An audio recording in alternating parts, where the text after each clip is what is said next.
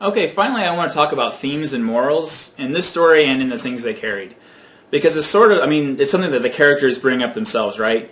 Are there morals to these stories, or are there morals to these conditions? You know, in the things they carried, someone speculates that the moral of the story is don't do drugs, right? Because Ted Lavender goes out in the wood, he's always buzzed up on drugs, right? And he gets shot through the head. I don't think the drugs have anything to do with his death, but they sort of say in a shallow way that the moral of the story is don't do drugs. I don't believe that's what the moral of the story is. I don't believe those characters believe that.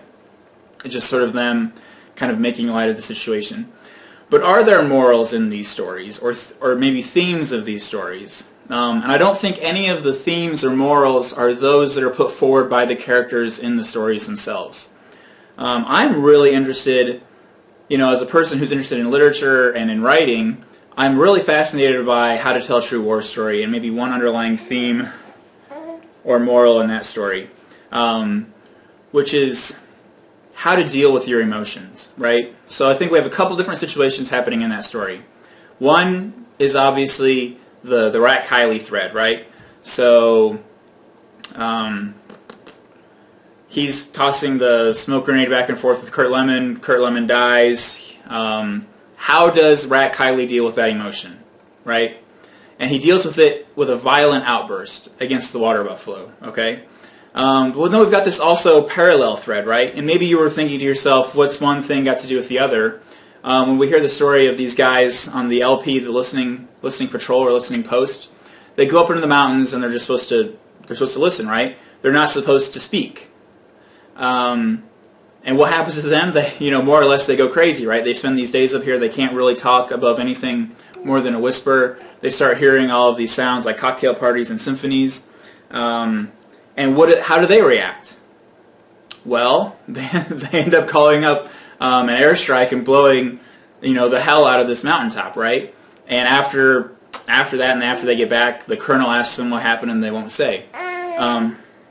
You're okay. Just a couple more minutes. And I think we can try to extrapolate from that how, you know, is there a theme that deals with or that confronts how we deal with our emotions? And I think there is. Let's take the mountaintop guys, right? What were they not able to do when they were up there? Their job was to listen, and they weren't really permitted to speak. They couldn't speak really to each other, at least not in a normal voice. They couldn't speak back to the guys in headquarters. They couldn't speak to the people they were hearing. And so what happens? They have this weird emotional state. They're not able to express in words, either verbal or written. And what do? They kind of explode in this violent act, right? They call in an airstrike and blow the hell out of the mountaintop.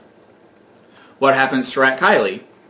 Well, his best friend dies, his brother dies. Essentially, they're brothers, right? That's what he says in the letter. He dies, and what's he do? He doesn't know how to deal with this emotion. And so he goes, he finds this water buffalo, and when he finds the water buffalo, he tortures it, right? It's another violent outburst. Does that even satisfy or resolve his emotion from the death? No, because what's he later go on to do? He writes a letter to the sister, right? And she never writes back. But I think this sort of tells, you know, if there's a theme, maybe it's that when you have these really difficult emotional situations, it's better to express them in words, either verbally out loud or written out on a page, than it is to explode violently, right? The mountaintop guys are not able to express to each other or to anyone else what's going on and how strange it is, so they sort of have a freak out, and they call in the air support. Rat Kiley's best friend dies. He deals with it by violently slaughtering the water buffalo. And you would think that an act like that would sort of purge all of that emotion, right? What the Greeks would call catharsis. It's like a purging of that emotion. So by committing this violent act, he's sort of been able to transfer his pain into somebody else, and therefore his pain's gone. But that's not the case, right? Because he still doesn't know how to deal with it. And that's when he writes the letter. And the letter doesn't really help because she never writes back for whatever reason. But I feel like, you know, he tried the violent thing and that didn't work, and when that didn't work, he chose words.